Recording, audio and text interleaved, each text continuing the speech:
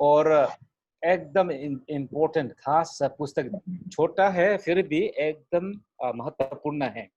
तो हम इस बार में क्या सोच रहे हैं कि हम लोग जो बाइबल स्टडी जो है, हम लोग बाइबल का पुस्तक जो है एक एक करके हम ऐसे बाइबल अध्ययन करेंगे, ताकि आप लोग को और मतलब ओवरव्यू इसका पुस्तक का नया नियम का, विशेष करके नया नियम का जो छोटा छोटा एपिस्टल्स जो है, एपिस्टल मतलब पत्री अपोस्टल्स का जो प्रभु दास लोग ने लिखा हुआ, तो उसका हम स्टडी धीरे धीरे करेंगे ताकि आपका ज्ञान भी और बढ़ सके। तो जैसे मैं विश्वास करता हूँ आपने ये वचन पढ़ा है, तो आज जो है विशेषकर मैं थोड़ा उसका ओवरव्यू दूंगा और 1, 2, 3, 4 पद सिर्फ हम लोग का स्टडी करेंगे, ठीक है। वर्स 1 से लेकर 4 तक सिर्फ हम करेंगे। लेकिन आइए हम देखते हैं कि ये जो एपिस्टल्स जो है, जो लेटर, जो यहूदा का पुस्तक जो है, किसने लिखा है, क्यों लिखा है, उसका उद्देश्य क्या था और कब लिखा है और उसका खास विषय क्या है, ये जानना बहुत। हर एक पुस्तक का, हर एक पत्री का कुछ न कुछ उद्देश्य होता है, उसका थीम होता है और एक लेखक होता है, और किस किस ऑडियंस को लिखा है ये भी हम बाइबल में देख सकते हैं। प्राय तो हम देखते हैं कि किसको लिखा है, लेकिन कई कई पुस्तकें जिसमें मतलब ऑडियंस को इतना क्लियरली नहीं नाम तो नहीं बताया है। फिर भी इसमें हम इधर भी हम देखेंगे कि ये जो पुस्तक जो अभी जूद हम बोलते हैं इंग्लिश में, हिंदी में जुदा, खास ग्रीक और हिब्रू भाषा में हम जब देखते हैं तो जुदा बोल के पुकारते हैं। लेकिन प्रभु यीशु का एक चेला था जुदा इस्करियोत बोल के, है कि नहीं? तो इसलिए वो नाम के कारण से भी कई लोग वो नाम बदलता है, मतलब जुदा जुदा बोलने से जुदा इस्करियोत के साथ वो लोग तुलना करते कोई कोई, इसलिए वो लोग चाहते हैं कि मतलब जुदा इस्करियोत जो जिसने प्रभु यीशु को त्याग कर वो चला गया था और मरा भी था वो, तो वो उनका नाम उसके साथ क्या बोलेगा, वो कंपेयर नहीं करना चाहता, इसलिए वो लोग क्या चेंज करते हैं। इसलिए एक छोटा सा जो शॉर्ट नेम है जूड बोल के उन लोग बुलाता है, ठीक है। तो ये पत्र अभी आप वर्ष 1 में आप जब देखेंगे, इसमें किसने लिखा है बताया गया है। इसमें बहुत सिंपल है, इसमें बहुत आसानी से हम पता चल सकता है कि ये पत्र जो है किसने लिखा है। तो हम देखते हैं इसमें एक पद में मैं पढ़ता हूँ, यहूदा की ओर से जो यीशु मसीह का दास और याकूब का भाई है। देखिए, तो हम पता चलता इस ये यहूदा ने लिखा है, यहूदा ने लिखा है ये पत्र। किसको लिखा है? तो ये किसको लिखा है इसमें थोड़ा सा क्या एक एकदम स्पेसिफिकली हम बता नहीं सकते, लेकिन ये कई स्कॉलर लोग जो बाइबल का जो विज्ञान लोग है, उन लोग ने ये कहा कि शायद जूइस और जेंटाइल्स, तो जेंटाइल्स जूइस का मिक्स, मतलब विश्वासियों को बीच में लिखा गया पत्र है बोल के बताया इसमें। तो अभी हम देखेंगे कि इसका ये ऑथर जो है जूड, अभी बहुत इंटरेस्टिंग है इसमें। अभी जो यहूदा जो है ये कौन है बोल रहा है, आप पढ़ेंगे तो इसमें प्रभु यीशु मसीह का दास, प्रभु यीशु मसीह का दास बोल रहे हैं कि नहीं? और क्या बोल रहे, याकूब का क्या बोल रहा है? भाई। भाई, हाँ, बहुत इंपॉर्टेंट है इसमें। अभी देखिए इसका मतलब क्या है। अभी ये याकूब जो इसमें लिखा गया है, ये जो है प्रभु यीशु का हाफ ब्रदर था। प्रभु यीशु का हाफ ब्रदर था, मतलब वो उसका क्या बोलेगा इसका, प्रभु यीशु जो है क्या है, वो पवित्र आत्मा से इसका जन्म हुआ है कि नहीं? पवित्र आत्मा से, कुछ शारीरिक संबंध से नहीं हुआ है, लेकिन पवित्र आत्मा से हुआ है। लेकिन एक ही माँ है उनका। और जुदा यहूदा और याकूब जो है वो भी मरियम का है, लेकिन यूसुफ का पिता कौन है? यूसुफ है, ठीक है। इसलिए उसका हाफ ब्रदर हम कहते हैं। तो ये जेम्स जो है और ये जानना बहुत जरूरी है कि ये याकूब और यहूदा जो है, जब प्रभु यीशु जिंदा था उन्होंने प्रभु यीशु को ग्रहण नहीं किया, विश्वास नहीं किया है। Only after his death and resurrection, प्रभु यीशु जब उसका मरण हुआ, पुनरुत्थान हुआ, तब उन्होंने विश्वास किया प्रभु यीशु को और ग्रहण किया है। तब वो लोग क्या है, वो लोग पहला दूसरा शताब्दी में, फर्स्ट सेंचुरी सेकेंड सेंचुरी में, वो सेकेंड सेंचुरी में परमेश्वर का, प्रभु यीशु का एकदम सेवा, सुसमाचार सेवा में और इवेंजलिज्म, एक मिशनरी होके उन्होंने काम किया था। शुरू में जब प्रभु यीशु जाने के बाद शुरू में उन लोग ने मंडली खड़ा किया है। और ये जो है एकदम इम्पोर्टेंट है, यहूदा जो एक मिशनरी, एक ट्रेवलिंग मिशनरी भी कहता है, और इवेंजलिस्ट, जिसने विशेषकर वो लोग कई बाइबल का जो स्कॉलर लोग ने कहता है कि वो लोग एंटियोक में, शायद एंटियोक का विश्वासी जो यहूदी और जेंटाइल्स, अन्य जाति ना, जेंटाइल्स हम कहता है, तो वो लोग के बीच में ये पत्र लिखा है। तो एकदम इम्पोर्टेंट, ये जानना बहुत जरूरी। एक ही में आप पता चल, वर्स 1 में देखिए किसने लिखा है, यहूदा ने लिखा है। और यहूदा कौन है, याकूब का भाई और यीशु मसीह का भाई, यीशु मसीह का भाई उसका हाँ ब्रदर। लेकिन उसमें एक एकदम खास बात लिखा है, उसमें क्या लिखा है, उसमें लिखा है कि प्रभु यीशु मसीह का दास बोल रहे है कि नहीं? क्या बोल रहे हैं उसमें, प्रभु यीशु का दास। क्यों यीशु का दास बोल रहे हैं? अभी एकदम ये एक बहुत खास इसमें चरित्र, एक कैरेक्टर है इसमें। वो क्या है, उसका ह्यूमिलिटी, इसका जो नम्रता इसमें दिखाई दे रहा है। वो शुरू में वो बता सकता है कि मैं प्रभु यीशु का भाई हूँ, डायरेक्ट वो बोल सकता था, है कि नहीं? लेकिन उसने नहीं कहा। उसने क्यों कहा कि उसने कहा कि मैं प्रभु यीशु का दास हूँ। उसका भैया है, फिर भी उसने दास बोल रहा है, एकदम नम्र। वो नम्र का उसका नम्रता को दर्शाता है उसमें, क्योंकि प्रभु यीशु का दास था वो। क्योंकि प्रभु यीशु बाद में उसने ग्रहण किया था और प्रभु का सेवका वो कर रहा था। और तो वो बहुत इम्पोर्टेंट, बहुत खास बात हम देख सकते हैं इसमें। और अभी हम देखिए इसका उद्देश्य क्या है, क्यों यहूदा ने क्यों ये पत्र जो है क्यों लिखा है, एकदम इम्पोर्टेंट। अभी देखेंगे हम, अब जब नीचे हम देखेंगे उसमें हम देखते हैं कि खास उसका विषय था। जब उसने शुरुआत में ये विचार किया था कि एक सुसमाचार उद्धार के बारे में, जो उद्धार सिर्फ प्रभु यीशु देता है, और वो कॉमन साल्वेशन बोल रहे हैं, जो साल्वेशन, जो उद्धार जो केवल प्रभु यीशु के द्वारा हम पाते हैं, उसके बारे में वो लिखना था। लेकिन जब ये एक समस्या आ गई इस मंडली में, कलीसिया में, तो तुरंत उसने अर्जेंटली उसने क्या किया, उसका जो पहला जो विषय था वो छोड़ के अभी दूसरा विषय लिखने जा रहे वो। और वो विषय क्या है हम देखेंगे उसमें। वो है कि वो मंडली में विश्वासी के बीच में झूठा शिक्षा, मतलब झूठा शिक्षक, झूठा फॉल्स टीचर वो आने लगा। झूठा शिक्षा, फॉल्स टीचर आने लगा था वो। तो और सुसमाचार को क्या किया उसने, उन लोग ने झूठा सुसमाचार देने शुरू किया। तो हम वो पद में हम देखेंगे। तो यही उसका उद्देश्य यही कि विश्वासी यहूदी विश्वासियों को और जेंटाइल विश्वासियों को एक यहूदा ने चेतावनी दिया था। उसने वार्न किया था कि फॉल्स टीचर आ रहे तुम्हारे बीच में, चर्च में प्रवेश कर रहा है और सच्चाई को, सत्यता को क्या कर रहा है, उसने डिस्टोर्ट किया है। सत्यता को क्या किया उसने, डिस्टोर्ट, मतलब क्या, उसने सत्यता को उसने फाड़ दिया है, मतलब सही प्रकार से उसने वो सत्यता को प्रवेश नहीं किया, वचन नहीं दिया है और झूठा शिक्षा देने शुरू किया बोल के उसने चेतावनी दिया था।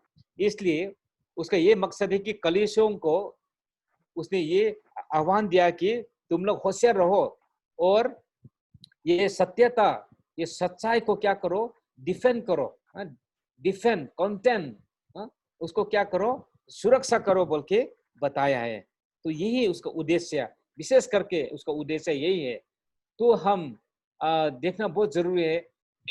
और एकदम खास बात है इसमें, क्योंकि अभी जो संसार जो हम देखते हैं इसमें अब कई, अभी देखो टीवी में, ऑनलाइन में बहुत किस्म का क्या चल रहा है, वचन दे रहे हैं, बहुत पास्टर लोग वचन दे रहे, बहुत सारे लोग जवान बुढ़ा सब लोग वचन दे रहे हैं, लेकिन सचमुच जो वचन दे रहे वो परमेश्वर के वचन अनुसार, वो सत्य वचन, वो एकदम एक्यूरेट परफेक्ट जो गॉस्पेल जो है, सुसमाचार जो है, वो उन लोग ने सुनाया कि नहीं, वचन दिया कि नहीं, ये जानना बहुत जरूरी है।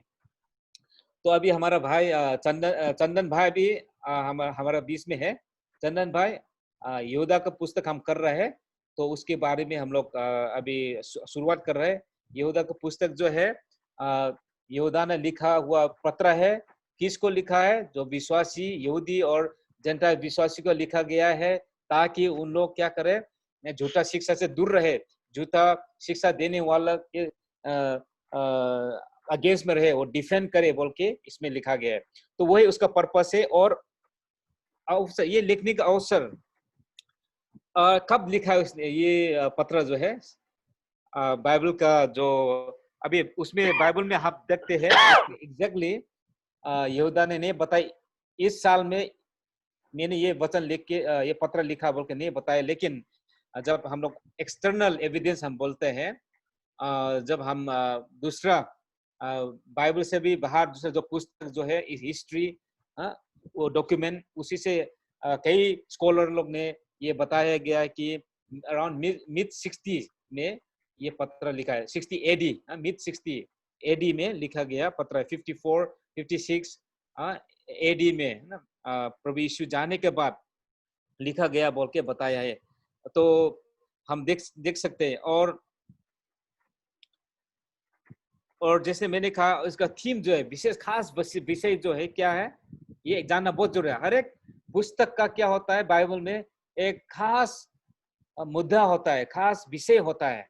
तो इस यहूदा का पुस्तक में क्या इसका खास विषय यही है कि कलीसिया, the church must defend one truth. The church must defend the truth, मतलब कलीसियों क्या करना, सत्यता को सुरक्षा करना है, मतलब परमेश्वर का वचन को सुरक्षा करना है, डिफेंड करना। कोई झूठा शिक्षा लेके आएंगे, उसको हम डिफेंड करना है। अरे बाइबल में तो ये क्या, प्रभु यीशु के वचन में ये लिखा है, आप लोग ने ये झूठा वचन दिया है, तो हम लोग उसमें क्या डिफेंड करने में हम लोग को पीछे नहीं रहना है, हम आगे होना है, हम आगे बढ़ना है। झूठा शिक्षा को हम क्या कर डिफेंड करना है, लेकिन किस प्रकार से डिफेंड करना है वो भी मैं बताऊंगा बाद में। तो ये खास विषय है और हर एक विश्वासी, इसलिए बाइबल अध्ययन करना बहुत जरूरी है। देखिए अभी इधर एकदम इम्पोर्टेंट है। क्यों बाइबल स्टडी इम्पोर्टेंट, क्यों बाइबल अध्ययन करना जरूरी है? ताकि हम सत्यता को जान सके, ताकि हम परमेश्वर के वचन को जान सके, है कि नहीं?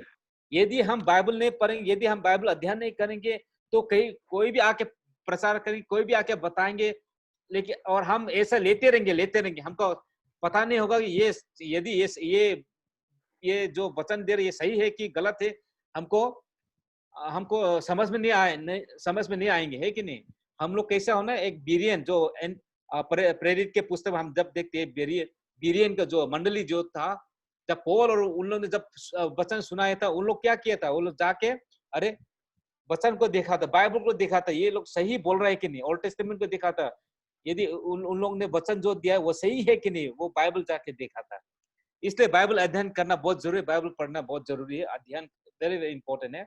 इसलिए उसके कारण से हम लोग ये बाइबल स्टडी कर रहे हैं कि नहीं, इसलिए सीरियसली लेना बहुत जरूरी है। हाँ, संडे में आके हम प्रचार कर सकते हैं और ठीक है, लेकिन उसी से भी गहराई में जाने के बाइबल अध्ययन करना बहुत जरूरी है।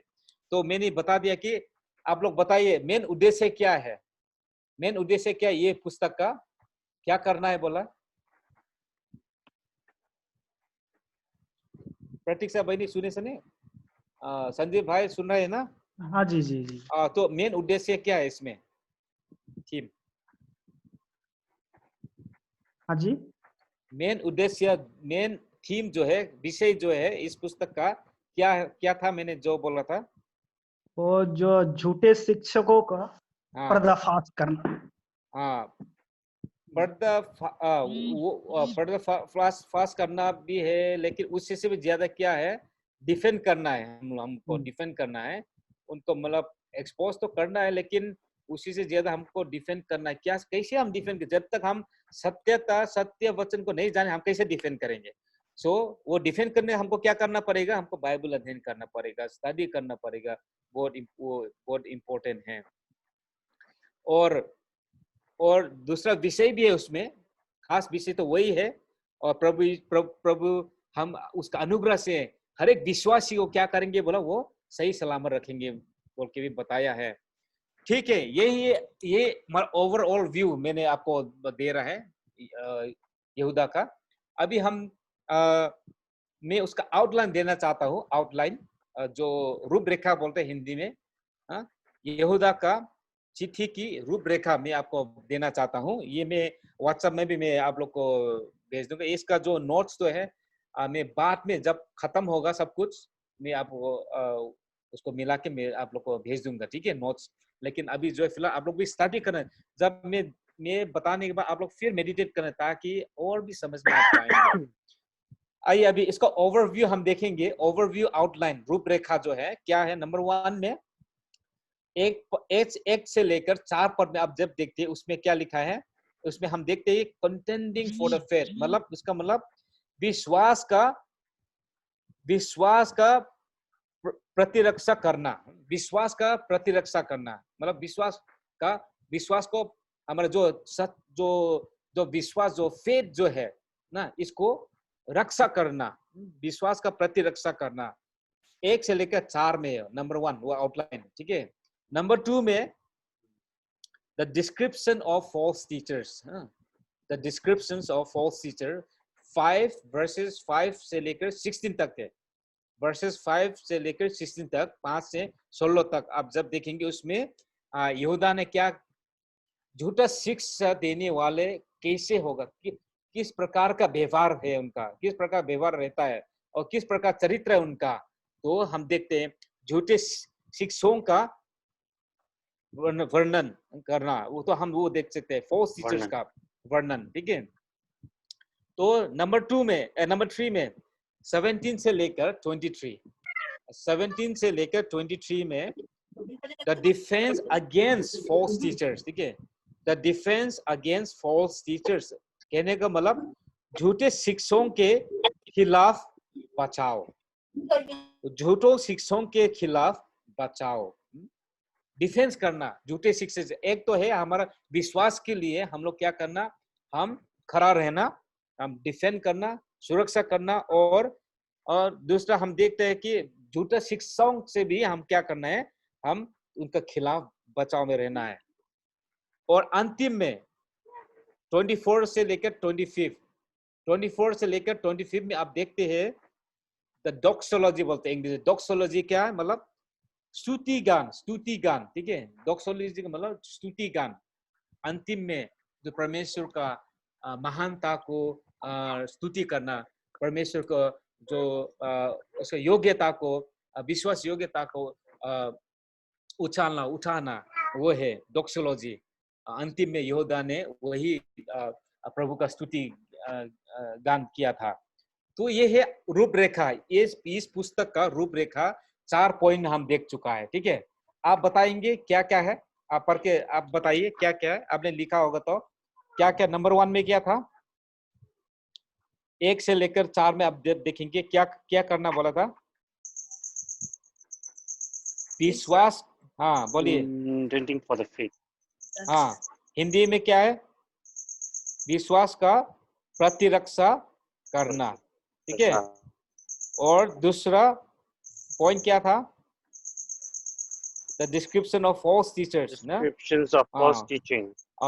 और झूठे शिक्षकों का वर्णन करना ना, तो वो है नंबर 3 में क्या है, झूठे शिक्षकों के खिलाफ बचाव, 17 से लेके 23 में, हाँ, the defence against false teachers, okay.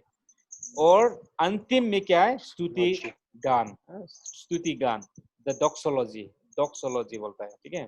तो 24 से लेकर 25 तक। तो ये है इस पुस्तक का, इस पत्रिका रूपरेखा, आउटलाइन, और वही आउटलाइन हम फॉलो करेंगे। तो आज जो है सिर्फ नंबर 1 हम देखेंगे, ठीक है, हम देखेंगे।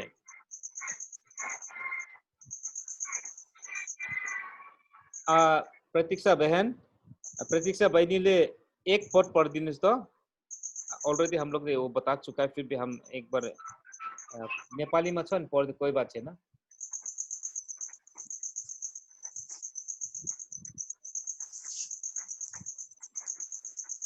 एक पद है। एक पद। हजुर। येशू ख्रीष्टको दास याकुबको भाइ यहुदीबाट बालकहरू अर्थात् परमेश्वर पितामा प्रियहरू र येशूको निम्ति क्रूसमा सुरक्षित राखेकाहरूलाई। आमेन। सुरक्षित राखेकाहरूलाई, सुरक्षित है ना जो प्रभु यीशु में। अभी इसमें जैसे मैंने कहा है कि एक पद में क्या क्या हम जानकारी ले सकता है, बताइए आप लोग। ये इंटरेक्टिव बाइबल स्टडी होगा, ठीक है, ये इंटरेक्टिव बाइबल स्टडी होगा। क्योंकि इसे मैं बोलेगा तो आप लोग थोड़ा एंगेज नहीं होगा, तो एंगेज हम लोग करना है। तो इसमें क्या नंबर, इसमें एक पद में हम क्या क्या पता चल सकता है, मैंने बता चुका था ऑलरेडी। आप लोग बताइए इसमें को किसने लिखा है कि नहीं, और वो लेखक कौन है। मसीह का दास बोल रहे हैं इसमें, और याकूब का भाई बोल रहे हैं। यहूदा जो है मसीह का भाई, याकूब का मसीह का दास और याकूब का भाई, वो दिखाई दे रहा है। और क्या बोल रहा है इसमें, परमेश्वर पिता में प्रिय और प्रिय, बिलावेड, मतलब इसका मतलब क्या। अभी ये प्रिय जो शब्द जो है बहुत इंपॉर्टेंट है, ठीक है। बिलावेड, प्रिय को किसको कहता है, जिसका एकदम घनिष्ठता, गंभीर क्या अटूट क्या है, रिश्ता है, संबंध है, रिलेशनशिप। इसका मतलब ये विश्वासी लोग भी क्या है, परमेश्वर के साथ एकदम क्या था, एकदम अटूट उनका रिलेशन था, मतलब संबंध था। तो ये जानना, ये प्रिय एक शब्द भी बहुत इंपॉर्टेंट है। इसलिए जो यीशु मसीह के लिए सुरक्षित है, और प्रभु मतलब प्रियजन जो प्रभु यीशु के लोग है, उनको प्रभु यीशु ने क्या किया है, सुरक्षित रखा है। हम सुरक्षित है, ये एकदम इंपॉर्टेंट है, हम सब सुरक्षित है। तो ये पद से हम ये पता चल सकता है, ठीक है। chosen, we are chosen, loved by God, और kept by Jesus Christ। तो हम लोग परमेश्वर चुने हुए लोग हैं, हम लोग परमेश्वर चुने हुए लोग हैं, और परमेश्वर ने हमको प्यार दिया है, हम सभी को प्यार दिया है प्रभु यीशु द्वारा। उसका प्यार जो है प्रभु यीशु का, यूहन्ना का 3:16 आप देखते हैं कि प्रभु यीशु ने, परमेश्वर ने अपना पुत्र दिया इस संसार को, है कि नहीं, और उसने बलिदान दिया है और हमारे खातिर मारा गया, और उसी के द्वारा ही हम सभी को क्या रखा, सुरक्षा रखा गया है। तो हम वो देख सकते हैं। दो पद में हम देखेंगे। सुजाता बहिनी दुई पद पढिदिनु। सुजाता बहिनी दो पद पढिए। कृपा, शान्ति र प्रेम तिमीहरूमा प्रशस्त हुँदै जाओस्। आमीन। चंदन भाई, तेरे पास हिंदी बाइबल है? किसके पास हिंदी बाइबल है? हाँ मेरे पास है। पढ़िए दूसरा वचन है। हाँ।